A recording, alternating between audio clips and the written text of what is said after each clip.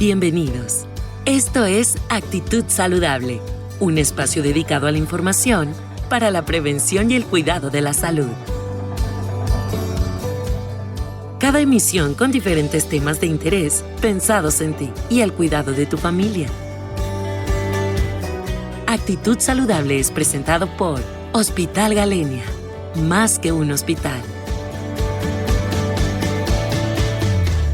Buenas tardes, habla la doctora Gabriela Rodríguez Ábrego, Servicio de Epidemiología Hospitalaria del Hospital Galenia. Es un gusto saludarlos y el tema que hoy vamos a abordar es qué diferencias hay entre los tipos de vacunas disponibles para prevenir la infección COVID-19. Pues antes que nada, ustedes saben que existen diferentes tipos de vacuna, ¿verdad? Ante la presencia en el mercado de la vacuna Pfizer, por ejemplo, ¿verdad? La vacuna Oxford, AstraZeneca o Janssen, que es de laboratorios Johnson & Johnson. Cada uno de estos laboratorios trabajó en procesos de investigación científica para llevar a cabo la producción de las vacunas, pues con altas tecnologías, ¿verdad? De las cuales, en el caso de Pfizer, lo que buscaba era introducir en esa tecnología se llama AR mensajero, ¿verdad? Que no es otra cosa que se reciban las células del cuerpo humano, reciban esas instrucciones para ser capaces de producir anticuerpos contra la proteína S, que es la proteína que está, los piquitos, las espículas que están sobre la membrana del virus, ¿verdad? Y esta vacuna pues se basa en una secuencia genética de la proteína S para actuar y simular que es un virus, ¿verdad? Y al mismo tiempo sintetizar, empezar a producir anticuerpos. Entonces, la de Pfizer es ARN mensajero. En el caso de las vacunas de AstraZeneca, Oxford y la de Janssen, de Johnson & Johnson, ambas vacunas están producidas a través de una proteína que codifica el gen. En este caso es un gen inactivado, un virus inactivado se llama adenovirus, y este virus se codifica con una proteína, que en este caso es la proteína S del coronavirus, y esa proteína es la que permite al sistema inmune inducir la respuesta protectora, ¿verdad? Así a grandes rasgos. Esto es bastante complejo. Bueno, muchos de ustedes tienen el interés de conocer un poquito más respecto a esto. En el caso de estas vacunas se llaman vacunas recombinantes, la de AstraZeneca y Janssen utilizaron esta tecnología, pues no es otra cosa que inyectar este virus atenuado con esa capacidad de enfermar, ¿verdad? Y que permita, volvemos a decir, la producción de esta proteína S del coronavirus para inducir la respuesta protectora en los pacientes, ¿verdad? Pues estamos hablando ya de vacunas. Entonces, estábamos comentando respecto a la aparición de estas vacunas, pero que también ha habido mucha inquietud en la población respecto a la información que todos los días nos reportan de la circulación que hay a nivel mundial del virus, el SARS-CoV-19, en el cual por las características que tiene es muy susceptible de modificar su estructura genética, y han aparecido nuevas variantes, ¿verdad? Variantes antigénicas de este virus, que inclusive ya por el número de variantes que se han identificado en diferentes países, pues ya les pusieron los nombres de las letras griegas, ¿verdad? Entonces, en el caso de una de las primeras variantes que se detectaron y que fue algo muy importante en su momento, fue la variante alfa, por ejemplo, ¿verdad? En el Reino Unido, cuando hablábamos de que detectaron que había un brote en alguno de los lugares cercanos a Londres y que de repente de manera explosiva se presentaron muchos casos. Entonces identificaron que esa variante pues tenía una capacidad de transmitirse de manera importante, y en ese momento Estamos hablando más o menos hace 4 o 5 meses. En ese momento pues era la información más importante. Pero ¿qué ha pasado desde entonces? Bueno, pues se han empezado a presentar diferentes variantes, después fue en Sudáfrica, en Brasil, en diferentes lugares se empezaron a identificar mediante estudios de biología molecular, buscando la cadena de polimerasa de los virus, identificar qué tipo de variante era, y entonces ya no tampoco se está utilizando en dónde se encuentra para evitar pues situaciones de que ciertos países se sientan vulnerados porque se hace promoción a que ahí está el virus. En realidad el virus está circulando ya en una gran cantidad de países con diferentes variantes, y en este caso, por estar hablando de las vacunas, me interesa que podamos comentar algunas cosas. En algún momento hablábamos de la variante Delta y nos decían que estaba en la India, ¿verdad? Y decíamos, bueno, pues está muy lejos. Pero la variante Delta ya está identificada en nuestro país y está circulando ya. Se estima que la variante Delta del coronavirus COVID-19 es un 60% más transmisible que la cepa que estábamos comentando previamente, la del Reino Unido. En este caso la cepa alfa o variante alfa. Esto significa que la variante delta que está circulando actualmente se propaga mucho más rápido y casi al doble del virus original. ¿Por qué es importante esto?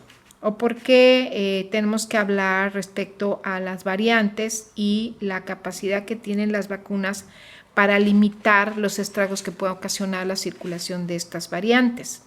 ¿En qué medida puede ayudar esto a protegernos contra estas nuevas posibilidades de infección?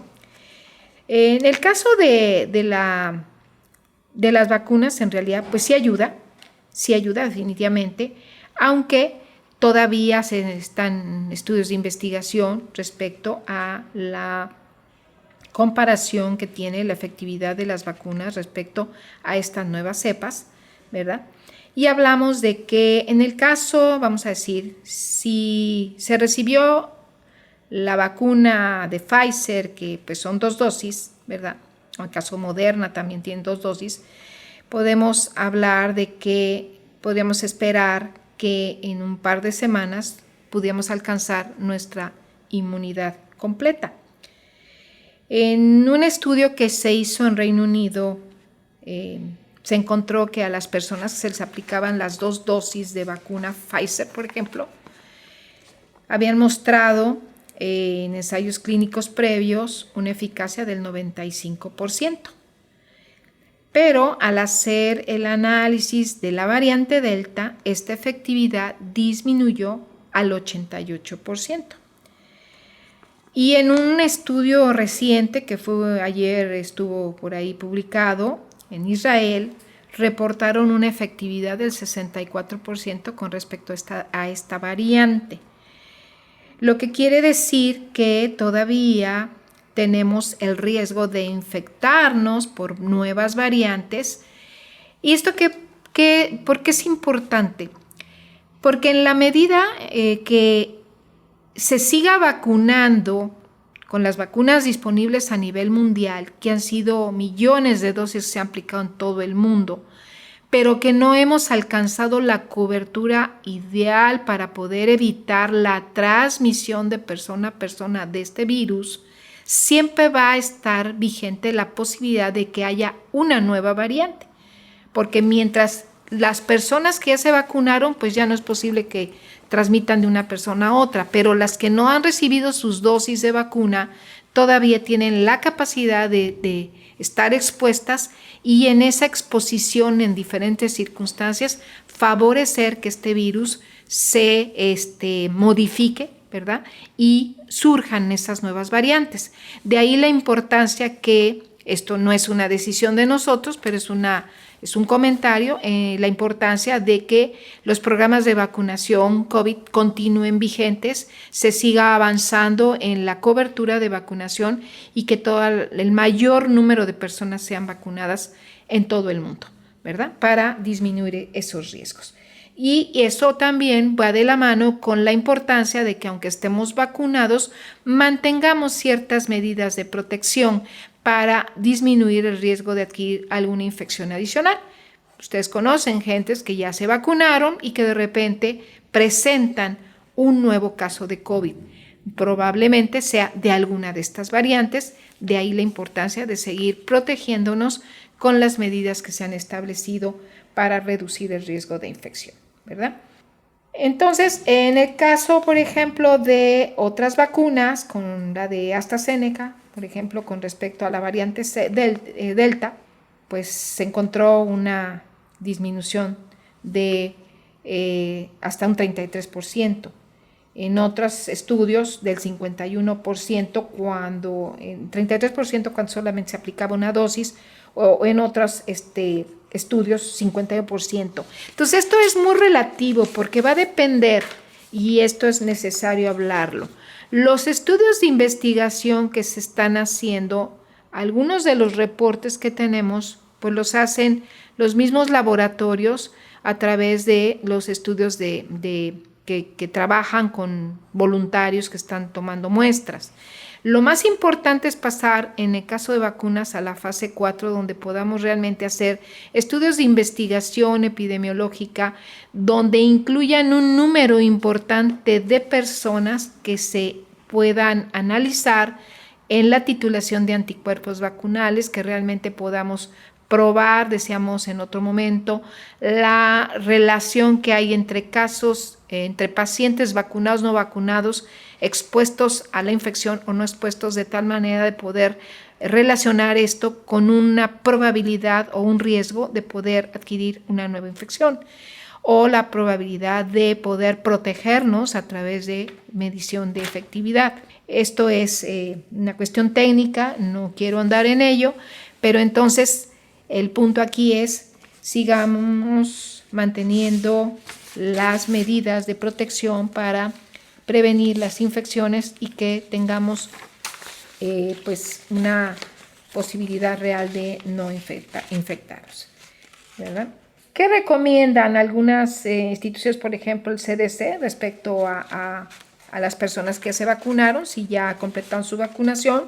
Pues ellos dicen, y como las personas, instituciones más reconocidas a nivel mundial, el CDC, que es el Centro de Control de Enfermedades en Estados Unidos, dice que si una persona ya completó su vacunación, debe seguir cumpliendo las guías que expresen pues, el lugar de trabajo, las empresas o los gobiernos para seguir protegiéndose. Si viajan, tomar las medidas para protegerse de otras personas que puedan estar enfermas, seguir utilizando mascarillas obligatorias, por ejemplo, en sitios concurridos, en transportes, en lugares donde pueda haber el riesgo de contagio, aeropuertos, etcétera, ¿verdad? Y desde luego que hay espacios al aire libre donde podría reducirse esta medida, pero siempre tener en cuenta los riesgos de infección, sobre todo en sitios concurridos o en sitios donde no se guarde la distancia correspondiente. Entonces, los invito a seguir realizando estas medidas, mantener la distancia, buscar en la medida de lo posible la vacunación, las dosis que correspondan de acuerdo al esquema que se les ofrezca, 2 dosis dependiendo de la vacuna, en este caso Pfizer, o 1 dosis para las otras vacunas, y que en el caso de personas que puedan tener enfermedades que afectan su inmunidad, pues con mayor razón ser vacunadas para reducir los riesgos de enfermedades. Sabemos que la vacuna es efectiva, ya dijimos, sí es efectiva para prevenir la infección, pero sobre todo para reducir el riesgo de enfermedades graves, complicaciones graves o muerte. Puede presentarse infección leve, pero va a reducir el riesgo de manera muy importante de complicaciones graves o muerte, ¿verdad? Y también la vacuna va a reducir el riesgo de que se siga propagando este virus. Entonces, la respuesta aquí es busquemos la vacuna, estemos al tanto de los sitios donde está aplicando, sigamos las medidas correspondientes y apliquen su esquema completo, ¿sí?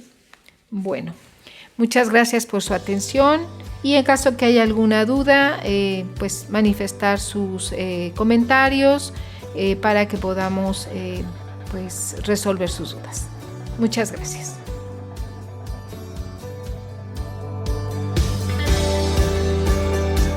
Actitud Saludable es un espacio dedicado a la información para la prevención y el cuidado de la salud. Porque nos interesa tu salud, escúchanos en cada nueva emisión. Actitud Saludable es presentado por Hospital Galenia. Más que un hospital.